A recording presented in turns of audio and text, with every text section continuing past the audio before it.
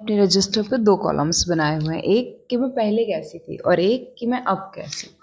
तो पहले मैं सबको खुश करने की कोशिश करती थी और यहाँ पे मैं अपना अपना एक इंसिडेंट याद करती हूँ कि मैं और मेरे भाई के बीच में कभी-कभी अनबन हुई हो कि या मतलब हमारे बीच में विचारधारा की टकराव थी, क्योंकि मैं सबको खुश करना चाहती थी, वो केवल खुद से उसको मतलब और ऐसे 2-4 लोग जैसे हमारी फैमिली के मतलब बहुत क्लोज़ उनसे मतलब या उनसे भी मतलब नहीं। एग्ज़ैक्टली बताऊँ तो उसको किसी से मतलब नहीं, किसी से नहीं। दुनियादारी में क्या हो रहा है, किसी से नहीं। हाँ, खुद से मतलब बस, खुद से मतलब और इंसानों से ज़्यादा पेड़-पौधे उसको पसंद, जानवर उसको पसंद, पालतू पशु उसको पसंद, खेती-किसानी उसको पसंद, पहाड़ उसको पसंद, लेकिन लोग नहीं पसंद। तो जब विचारधारा ऐसे टकराती है तो की बात ही कई दफ़ा उतनी, और ये अभी की बात नहीं है, आज से 10 साल, 5 से 10 साल के आसपास की कंटिन्यूअसली कभी-कभी अचानक से विचारधाराओं का टकरा जाने की बात। तो मैं कैसी थी, अपना मूल्यांकन मैं करूँ, मुझे सबको खुश करना था अपने कार्यों के द्वारा। हर एक की खुशी मेरे इमोशंस को ट्रिगर करती थी। सबकी खुशी इम्पोर्टेंट थी मेरे लिए। सबको खुश करना चाहती, सबकी खुशी में अपनी खुशी ढूँढती थी मैं। और आज आई कंप्लीटली चेंज्ड, और इसमें मेरे भाई का भी हाथ है, इसमें ओशो का भी हाथ है, बुद्ध का भी हाथ है, ऐसे बहुत सारी बुक्स का भी हाथ है, जिससे और लोगों का भी हाथ है, क्योंकि उन्होंने समझाया, उनके कई कि मुझे समझ आया कि ऐसे कई इंसिडेंट घटनाएं हुई अतीत में मेरे साथ, कि मुझे समझ आया मुझे इनसे फ़र्क पड़ता है, लेकिन इनको मुझसे फ़र्क नहीं पड़ता है, या इनको तो कोई वो ही नहीं है। तो इंसान बहुत सारी घटनाओं से सीख जाता है। तो आज की डेट में मुझे किसी से, किसी की खुशी से कोई मतलब नहीं। आज मुझे खुद की खुशी से फ़र्क पड़ता है, खुद की खुशी से पड़ता है, और ये एक बहुत बड़ा पहले की मैं और आज की मैं में अंतर है। बिफोर मी बोथ ओशो और मेरे भाई को, मैं भाई को इसलिए इधर रखती हूँ क्योंकि दुनिया उसको ऐसे सोचती है कि, और ना वो ओशो को इतना ज़्यादा सुनता है, मतलब सुना है उसने, बट ना ओशो ओशो को फॉलो करना या ना किसी को फॉलो करना। अपने उसके कुछ, अपने भी कुछ रूल्स नहीं है, आज है कल तोड़ देने हैं। ऐसा कोई ऐसा पर्टिकुलर रूल नहीं है कि इसके अकॉर्डिंग मुझे ज़िंदगी जीनी, नहीं। जैसा मन करेगा वैसा चेंज करूँगा। आज बच्चे पैदा करने हैं, उसके मन में आता है कल शादी नहीं करनी है, परसों आता है हिमालय जाना है, तो कभी कह, तो यहाँ पे क्लैरिटी, कोई कहेगा क्लैरिटी की कमी, क्लैरिटी की कमी नहीं है। उसको एट द मोमेंट जैसा फ़ील हो, वो वही करना चाहता है, and I am with him, मैं उसके साथ हूँ। क्योंकि वो बहुत छोटी एज में समझ चुका है कि दुनियादारी से उसको फ़र्क नहीं पड़ता है, ना उसको समाज से, समाज के खोखलेपन से कुछ ख़ास फ़र्क पड़ता है। तो ये बहुत चीज़ सही है। एक मैंने बता दी कि मुझे सबकी खुशी में मेरी खुशी होती थी, और आज मुझे केवल मेरी खुशी में खुशी होती है। ये बहुत इम्पोर्टेंट लर्निंग है, चाहे आप ओशो से मान लें, क्योंकि ऐसा एक दिन में तो, अभी ओशो को तो मैंने अच्छे से सुनना स्टार्ट जब से आईडी से 1 महीने पहले जब सुना बहुत ज़्यादा, तो बनाई, फिर उसके बाद मैंने उनको सुना। लेकिन ऐसे कई घटनाओं के बाद में एक घटना घटती है, एक दिमाग में आपके में जोर का तमाचा पड़ता है, तब आप जाके समझ जाते हो। लेकिन वो एक पर्टिकुलर घटना नहीं होती, वो आज भी कई जगह पे मैं देखूँगी कि मुझे सबकी खुशी फ़र्क पड़ेगी और खुद की नहीं पड़ेगी। तो लेकिन हाँ, जो पहले कहीं ना कहीं 95% था, आज जो आके वो मेरे पक्ष में हो गया कि 90% मुझे खुद से फ़र्क पड़ता है, 10% हो सकता है मुझे सबसे फ़र्क पड़े, बट एक ये नंबर अच्छा है। दूसरी चीज़ जो मेरी पहली मैं में और आज की मैं में अलग है, हमेशा सक्सेस होने का जुनून, हमेशा लक्ष्य के पीछे भागने का जुनून, हमेशा कुछ कर दिखाना है, कुछ ऐसा करना है कि ना सब हमें जान। फिर एक इंसान आता है वो बोलता है तुम्हें मरना तो है ही, क्या ही कर लोगे। और ये सेंटेंसेस अभी तो ओशो से सुना, लेकिन मेरा भाई पे पढ़ाई नहीं होती थी कहीं ना कहीं, तो वो मुझे बोलता था कि आप पढ़ लो जितना चाहे, आपको भी मरना है हमें भी मरना है, देखते ऐसा तो है नहीं कि आपको ज़्यादा कुछ कर लेना है तो आपको मरना नहीं है। तो हाँ, यहाँ से मेरी लर्निंग ये है कि सक्सेस, या सक्सेस को तो एक अलग ही टर्म हो जाएगा, लक्ष्य ही, लक्ष्य के अकॉर्डिंग ही ज़िंदगी जीना, कुछ हमारा लक्ष्य ही हो तभी ज़िंदगी। हाँ ठीक है, डेली डेली की लाइफ को सुबह से जागने के लिए, रात को टाइम से सोने के लिए, पर ये ऊपर की चीज़ है, इसको अंदर तक हावी नहीं होना चाहिए, क्योंकि ज़िंदगी का एक लक्ष्य है मौज, आनंद, खुशी।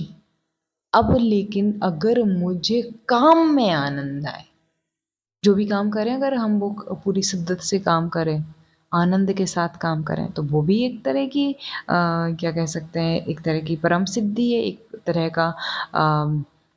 का क्या कह सकते हैं, योग है, एक तरह का ध्यान है, एक तरह का जागरण है, एक तरह की जागृति है। लेकिन कब? जब हम उसे पूरे आनंद से करें, क्योंकि जब हम ये लक्ष्य सोच के करते हैं तो हमारे पास पर्टिकुलर टाइमिंग होती है, इतने टाइम में इसको कवर करना है, नहीं हुआ तो हम तो फेल हो गए ज़िंदगी में, हम तो कुछ नहीं कर पाए। तो जो पहले की मैं थी और आफ्टर दिस, इन सब के बाद में आज की जो मैं हूँ, उसमें ये फ़र्क है कि आज की मैं को लक्ष्य बनाऊंगी, हर दिन काम करूँ, लेकिन लक्ष्य ना मिलने या मिलने से अपने आप को अप और डाउन नहीं करूँगी। अगर मिल गया सही है, नहीं मिला तो भी सही है। मतलब बाहर से अगर फर्क पड़े भी लोगों के सामने, तो अंदर ये फर्क नहीं पड़ना चाहिए। मैंने काम किया, गुड, क्योंकि बिना काम के नहीं रह सकता है, बिना काम के रहे तो नफरत, ईर्ष्या और जाने क्या क्या, अपने ही प्रति खुन्नस, दूसरों से नहीं, अपने ही प्रति, अपने ही क्या कहते हैं, अपने ही दुश्मन बन जाता है। तो दूसरा ये चीज़ कि बहुत ज़्यादा लक्ष्य के पीछे मैं भागती थी, आज लक्ष्य ही मात्र, अब लक्ष्य को मैं एक साधन की तरह देखती हूँ, साध्य नहीं, क्योंकि साध्य आनंद ही है जिसमें जिसको मिल जाए। और तो ये है। तो पहले जो था मैं लक्ष्य ओरिएंटेड बहुत ज़्यादा थी, मतलब गोल ओरिएंटेड पर्सन थी, जो एम्बिशंस रखती हैं गर्ल्स, उनकी तरह थी, अ, ऐसी थी। और आज मैं ऐसी हूँ कि प्रोसेस ओरिएंटेड हूँ, कि हाँ उस प्रोसेस में परमानंद होना चाहिए, आनंद ओरिएंटेड काफ़ी हद तक। अब यहाँ पे भी परसेंटेज का गेम है, पूरी तरह से आनंद आधारित नहीं हो गई हूँ अभी, ऐसा है कि थोड़ा बहुत हो गई हूँ, थोड़ा बहुत का मतलब ऐसे 70% के समथिंग हो गई हूँ, 30% अभी भी लैक है, जो कि ओवर द टाइम हो जाएगा। लेकिन पहले की मैं और आज की मैं में एक बड़ा फ़र्क है। तीसरा फ़र्क है डिपेंडेंसी। मेरा ट्रिगर कई बार, जैसे कोई मेरे सामने गंदी माँ की गाली दे के जाए, या कुछ यूट्यूबर्स हैं जो कि बहुत गंदे गालियाँ देते हैं और बहुत वायरल हैं, तो उनसे क्या पता कौन सी ईर्ष्या है कि इनने तो गंदी गंदी गाली दी और फेमस हो गए, इनको तो फेमस नहीं करना चाहिए था सोसाइटी को। तो किसी को जज करना, और दूसरा पॉइंट कि अपने इमोशंस का ट्रिगर किसी को भी दिया था। अभी यहाँ पे तो मैं 50-50 की कंडीशन में भी नहीं हूँ, पहले भी और आज भी। अगर कोई मेरे मुझे ऐसे मुंह पे गंदी गाली दे के जाए तो शायद बर्दाश्त नहीं होगा। तो यहाँ पे हाँ चेंज हुआ है, मतलब मेंटली चेंज हुआ है, अभी इम्प्लीमेंट ये नहीं हुआ है कि मुझे फ़र्क नहीं पड़े, फ़र्क पड़ता है अभी, लेकिन ये दिमाग ने ये सोचना स्टार्ट कर दिया कि हाँ गालियाँ हैं, गालियाँ मतलब सामने वाला तुम्हें मार नहीं आ रहा है, बट तुम्हें वो इतना दिमागी तौर पे वो कर रहा है कि तुम यही ही फील करो इस टाइम पे। जैसे कि किसी ने मुझे मेरे लिए कुछ कुछ भी गंदा वर्ड बोल दिया, गंदा, या चलो गंदा भी नहीं तो बुरा, कि तुम तो बदसूरत हो, कि तुम तो अपने आप को क्या ही समझ लेती हो, या कुछ भी ऐसा जो इधर बिल्कुल टच कर जाए। तो डिपेंडेंसी बहुत थी। इमोशंस का ट्रिगर, इमोशंस का जो रिमोट कंट्रोल है वो कई दफ़ा जाने अनजाने सोसाइटी के लोगों को, घर के कई लोगों को दिया हुआ था। तो आज माइंड के लेवल पे चेंज हो गया है कि अगर वो सामने वाला गाली देता भी है, अगर सामने वाला बुरा बोलता भी है, तो क्या वो मैंने लिया?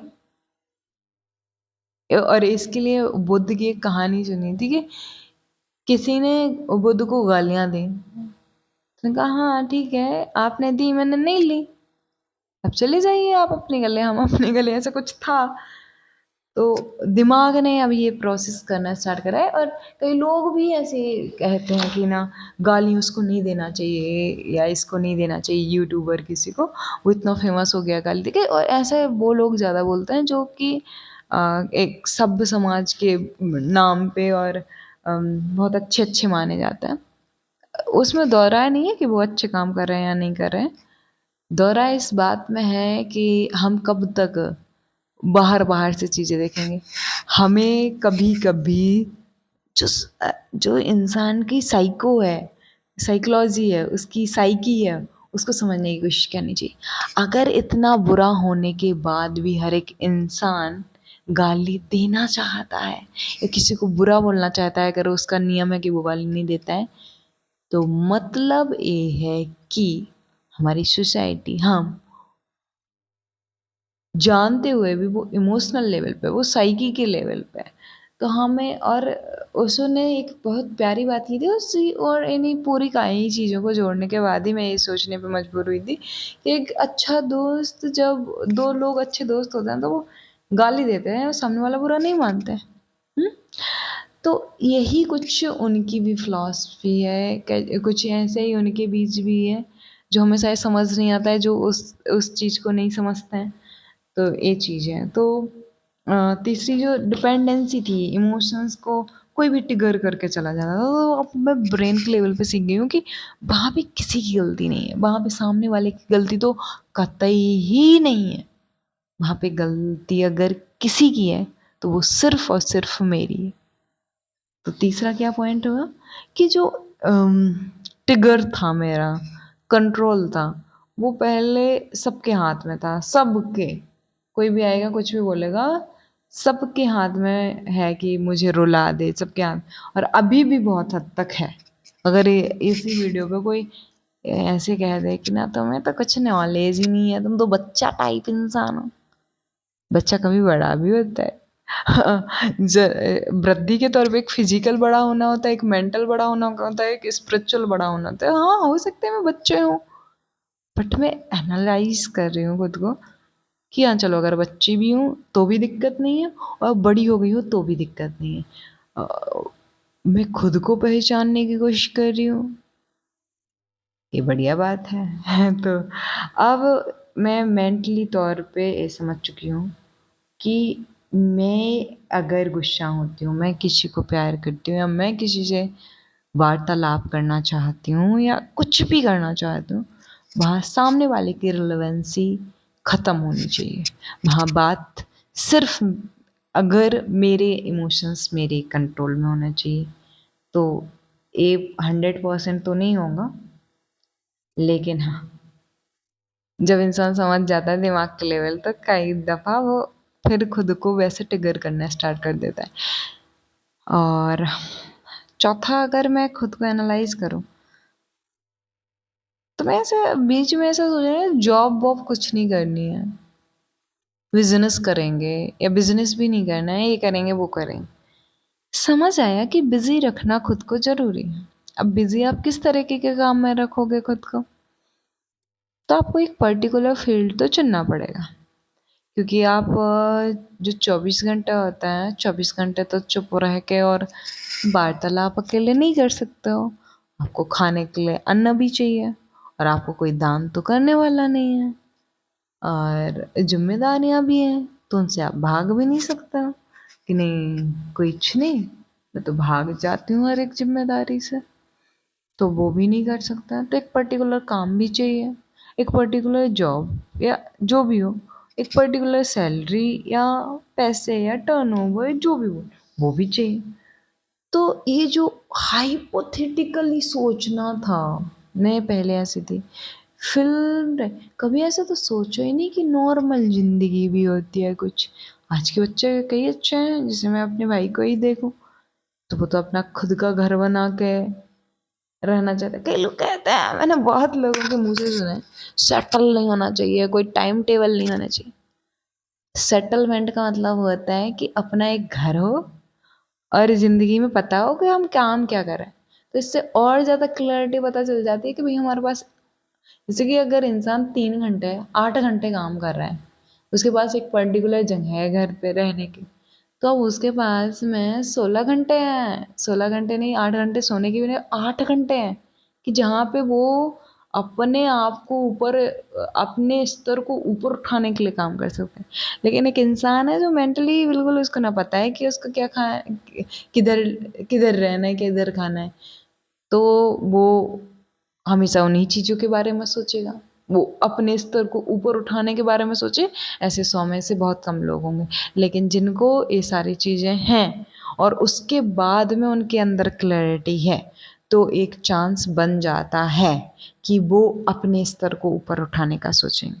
तो ये जो मैं हाइपोथेटिकल मेरी सोच थी कि ना, मूवी जैसा हीरो जैसा कुछ होता है, आप केंद्र में हो, पूरे कैमरे लगे हैं दुनिया भर के आपकी ज़िंदगी के आसपास, तो ऐसा नहीं होता है, ये समझ जाना। और नेचुरल जो चीज़ें हैं उनकी इज्जत कर देना। जैसे कह लो कि कुछ पाना है तो कुछ खोना पड़ता है, कुछ ये तो कुछ, अरे भाई बहुत सारी चीज़ें बहुत नॉर्मल भी हैं, और वो बहुत नॉर्मली हम प्राप्त कर सकते हैं। हमें उसके लिए भाग दौड़ी करने की कोई ज़रूरत नहीं, नेचुरल तरीके से वो प्राप्त हो जाती हैं। उनके लिए जद्दोजहद करने की कोई आवश्यकता नहीं।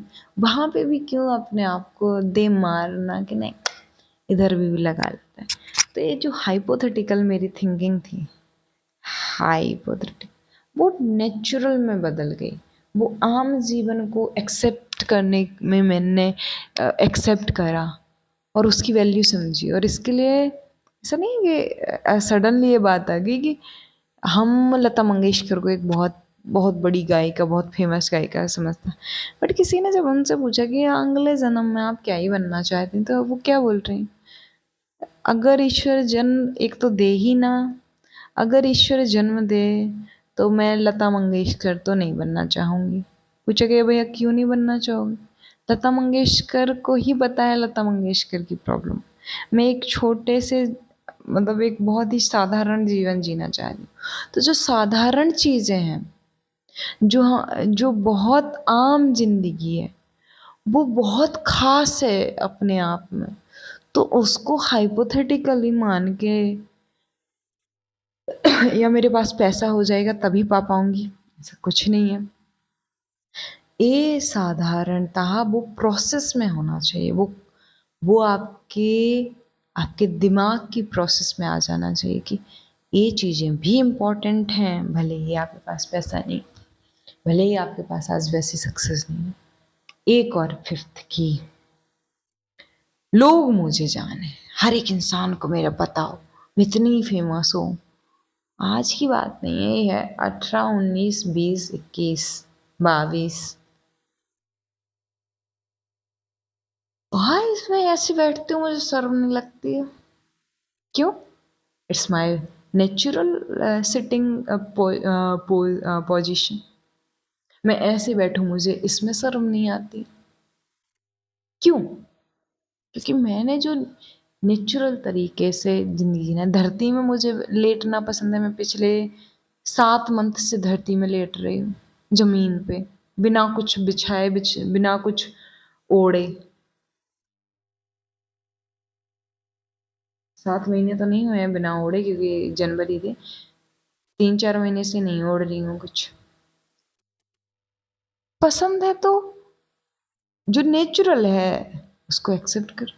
मुझे घर टाइल्स वाले नहीं चाहिए, मुझे घर पत्थर या संगमरमर वाले नहीं चाहिए। मुझे माटी के छिपे और अपने हाथ से लिपे घर चाहिए। ऐसा नहीं है कि वो घर नहीं बनाना है, वो घर बनाऊँ लेकिन बगल में अपना एक घास फूस का घर बनाऊँ, एक झोपड़ी बनाऊँ, अपने हाथ से बनाऊँ, बांस से बनाऊँ, और उसके अंदर लीपा पोती करूँ। लीपना मुझे पसंद है, पोतना मुझे पसंद है। तो ये, और जो पसंद है उसे एक्सेप्ट करो। ये नहीं कि अगर मुझे लीपा पोती पसंद है तो लोग क्या करें, कहेंगे ये तो गँवार है। हाँ, मुझे गर्व है कि मैं गँवार हूँ, मुझे गर्व है कि मैं गाँव की हूँ, मुझे गर्व है कि मैं जंगलों के बीच से एक जंगली हूँ। तो ये जो नेचुरल चीज़ें हैं, अंदर से तो था लेकिन बोलने की हिम्मत नहीं थी, और इतनी हिम्मत तो शायद नहीं थी। तो ये चीज़ें निकल के आई। जब आप स्पिरिचुअल और दमदार लोगों को सुनते हो तो आपको अपना पता चल जाता है कि अपन किस औकात के आदमी है, अपन को क्या पसंद है, अपन को वैसा रहना चाहिए या नहीं चाहिए। किसी से फर्क नहीं पड़ता है, मजे में रहते हैं एकदम खुश। हाँ, दुख दुख होंगे तो दुख की तो बुराई नहीं कर सकती हूँ ना मैं। जब आंसू टपकते हैं उस दुख में, आहा, क्या बात है सर। वो मेरा प्योरेस्ट फॉर्म होता है भावनाओं का। वो बहुत मजे की चीज होती है। अगर अभी मेरे आंसू गिरते तो समझ लेते कि मैं बहुत भावना से भरी हुई, लेकिन नहीं गिर रहे हैं। और मेरे आंसू तो ऐसे निकलते भी नहीं है। मेरा ये पूरा नैल चला गया था, ऐसे लगा था दरवाजे में, तो पूरा नैल चला गया था, एक आंसू नहीं आया था। आंसू आते हैं जब मैं भावनाओं में होती हूँ, दर्द अकेले से आंसू नहीं आता। तो चलो, ये था अपने बारे में एनालाइज करना, उसको ओशो और बोध और दार्शनिक लोग और बहुत सारी किताबों को पढ़ने से पहले की और आज की मैं और ये केवल 1 साल की बात नहीं है, केवल ये 4 महीने की बात नहीं है, ये 10 साल की बात नहीं, ये लंबा पीरियड था जिसको कट-पट करके मैंने बताया, अपने आप को बताया। Thank you so much my self, I love my self. जब मैं माई सेल्फ की बात करती हूँ तो आप, पूरा समस्त ब्रह्मांड मेरे अंदर है। सो आई लव मी। मैं खुद को बेइंतहा मोहब्बत करती हूँ। मैं खुद से, खुद के लिए, खुद को पाना चाहती हूँ। सो नाउ, जितना जो भी करती हूँ, अगर मैं मेरे भाई को चाहती हूँ तो क्यों चाहती हूँ? क्योंकि मुझे उसके पास रहने से एक पॉजिटिव वाइब तो मुझे आती है।